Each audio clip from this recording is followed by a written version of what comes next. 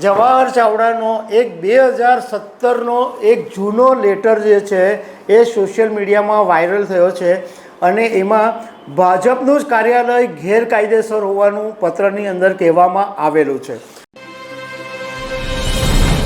નમસ્કાર દર્શક મિત્રો, ભાજપના નેતા જવાહર ચાવડા હમણાં છેલ્લા કેટલાક દિવસથી જબરજસ્ત ચર્ચામાં છે।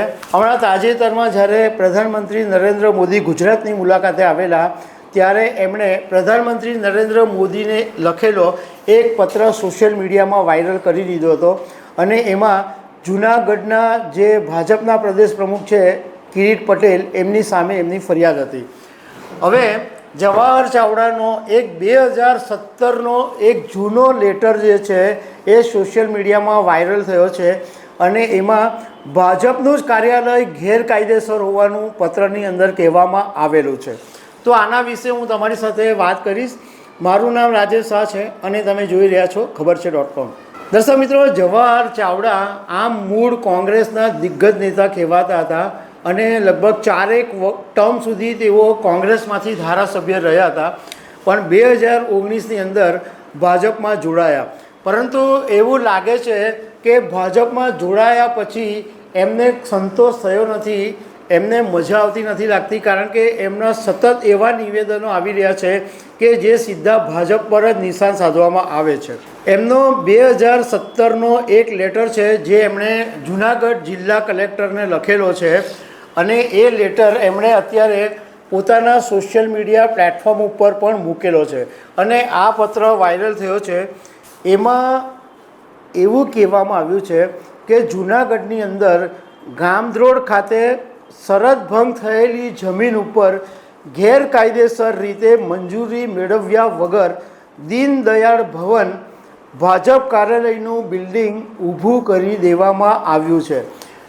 જવાહર ચાવડાએ 9 મુદ્દા ટાંકેલા છે અને એમ કીધું છે કે આ જે બિનખેતીની મંજૂરી છે એને તાત્કાલિક રદ કરી દેવામાં આવે। હવે જે મુદ્દાઓ એમણે લખ્યા છે એની અંદર એક મુદ્દો એ છે કે ભાઈ આ જે શરત 6 મુજબ શરત ભંગ ગણાય, એટલે જેથી બિનમંજૂરીની ખેતી છે એ રદ કરી દેવામાં આવે, કારણ કે આ ભાજપનું જે કાર્યાલય છે જે દીનદયાળ ભવન નામ આપવામાં આવેલું છે એ ગેરકાયદેસર છે અને કોઈ જાતની મંજૂરી લેવામાં આવી નથી। બીજો મુદ્દો એમાં એમણે એમ લખ્યો છે કે માર્જિન રાખવાની જે જરૂર પડે એ માર્જિન પણ આ બિલ્ડિંગની અંદર રાખવામાં આવ્યું નથી, વગર માર્જિને બિલ્ડિંગ બાંધકામ તાણી દેવામાં આવ્યું છે। ત્રીજો મુદ્દો એમણે જે લખ્યો છે કે દીનદયાળ ભવનના નામે મંજૂરી મેળવ્યા વગર સમય મર્યાદાની બહાર બાંધકામ કરવામાં આવ્યું છે અને આ પણ એક શરત ભંગ જ ગણાય, એટલે બિનખેતીની મંજૂરી રદ કરી દેવી જોઈએ। ચોથો મુદ્દો એ છે કે બાંધકામ શરૂ કરતાં પહેલાં તલાટી મારફતે મામલતદારને 1 મહિનાની અંદર જાણ કરવાની હોય છે, એ જાણ પણ કરવામાં આવી નથી।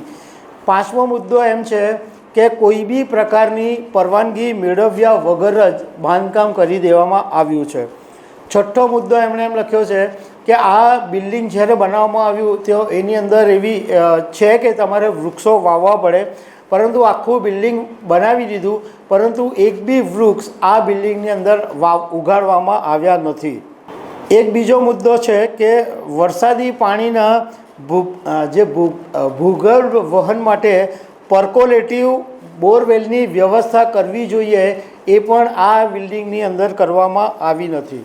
બીજો એક મુદ્દો એ છે કે નકશા મુજબ નેશનલ હાઈવે 851ની મધ્ય રેખાથી 24 મીટર બાંધકામ રેખા મૂકીને પ્લાન મંજૂર કરવાની મૂળ શરત મુજબ આ જ દિવસ સુધી 24 મીટરનું બાંધકામ કરવાની મંજૂરી મળી નથી, પરંતુ એ પહેલાં તો આખું બાંધકામ કરી દેવામાં આવ્યું છે।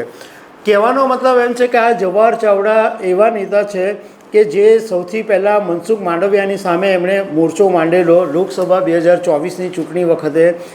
એ પછી એમણે હમણાં પ્રધાનમંત્રી નરેન્દ્ર મોદી આવ્યા ત્યારે જૂનાગઢના જે ભાજપ પ્રદેશ પ્રમુખ છે કિરીટ પટેલ, એમની સામે એમણે વાંધો ઉઠાવ્યો કે ભાજપનો જે એક નિયમ છે, એક પોસ્ટ એક જ સત્તા, એક વ્યક્તિ એક હોદ્દો, તો કિરીટ પટેલ 9 વર્ષથી જૂનાગઢ ભાજપના પ્રદેશ પ્રમુખ છે અને 3 જગ્યાએ તેઓ હોદ્દા સંભાળી રહ્યા છે એવું જવાહર ચાવડા લખે છે. જવાહર ચાવડા ઘણા સમયથી ભાજપ પર નિશાન સાધી રહ્યા છે અને ભાજપના નેતાઓને ટેન્શનમાં રાખી રહ્યા છે. આ પત્ર બાબતે જ્યારે અમે ભાજપ નેતા જવાહર ચાવડાને ફોન કર્યો અને અમે જવાહર ચાવડાને પૂછ્યું કે આ 2017નો આટલો જૂનો લેટર અત્યારે વાયરલ કરવાનો શું મતલબ છે, એટલે આ વાયરલ અત્યારે શું કામ કરવામાં આવ્યું? કારણ કે જવાહર ચાવડા 2017માં કોંગ્રેસમાં હતા, અત્યારે ભાજપમાં છે.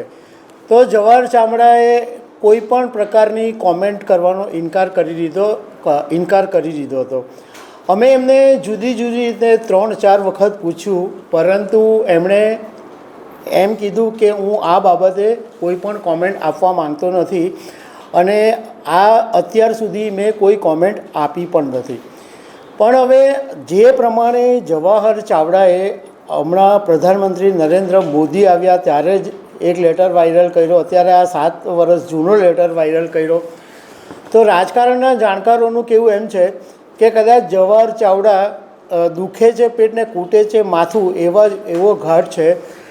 એકચ્યુઅલી એમને કદાચ પ્રદેશ પ્રમુખ CR પાટીલની સામે વાંધો છે અને એક એવી પણ શક્યતા છે કે જવાહર ચાવડા પૂર્વ મંત્રી રહી ચૂક્યા છે ગુજરાતમાં, પણ આ વખતે એમને મંત્રીપદ નથી મળ્યું.